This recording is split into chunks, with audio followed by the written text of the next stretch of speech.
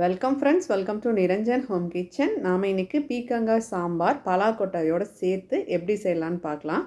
அதுக்கு துவரம்பருப்பை நல்லா கழுவிக்குங்க. தண்ணி இந்த அளவுக்கு தெளிவாக இருக்கிற மாதிரி நீங்கள் கழுவிக்குங்க. அது கூட ஒரு தக்காளி, கொஞ்சமாக மஞ்சத்தூள், அரை டீஸ்பூன் அளவுக்கு விளக்கெண்ணெய் சேர்த்து குக்கரில் மூடி போட்டு ஒரு 2 விசில், ஒரு 5 நிமிஷம் சிம்மில் வச்சுக்கோங்க. பருப்பு நல்லா மலர்ந்து வர வரைக்கும் வேக வச்சுக்கோங்க.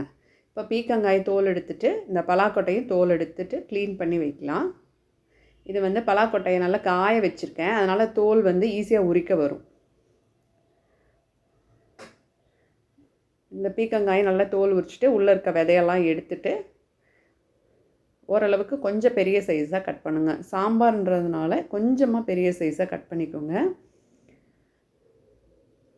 இந்த அளவுக்கு நீங்கள் கட் பண்ணால் போதும், இல்லாட்டி குழஞ்சிரும் காய். அதுக்காக கொஞ்சம் பெருசாக கட் பண்ணிக்கோங்க. இது நல்லா தோல் உரித்து எடுத்து வச்சிட்டேன். இது கூட சின்ன வெங்காயம் ஒரு 10 சின்ன வெங்காயம் போட்டிருக்கேன். பருப்பு நல்லா வெந்து வந்துருச்சு பாருங்கள்.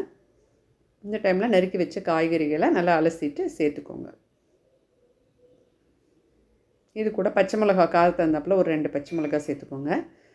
சாம்பார் பொடி இருக்கிறவங்க சாம்பார் தூள் சேர்த்துக்கோங்க. என்கிட்ட மல்லித்தூள் மிளகாய் தூள் தான் இருக்குது, வீட்டில் அரைச்சிது, அதனால் அதையே நான் சேர்த்துக்கிறேன். அது கூட உப்பும் சேர்த்துக்கோங்க.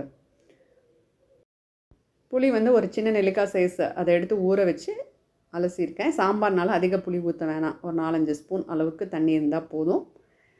ஒரு குக்கரில் மூடி போட்டு ஒரு விசில் வைங்க. அப்படி இல்லைன்னா நீங்கள் அப்படியே வேக வச்சுக்கோங்க. நான் பலாக்கொட்டை வேக வச்சதுனால நான் ஒரு விசில் வச்சு ஆஃப் பண்ணிட்டேன். நல்லா வெந்து வந்துருச்சு பாருங்கள். இப்போ நம்ம தாளிச்சிக்கலாம்.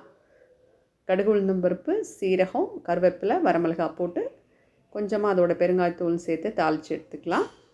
சாம்பார் ரெடி ஆகிடுச்சு. கண்டிப்பாக செஞ்சு பாருங்கள். தேங்க்யூ ஃபார் வாட்சிங்.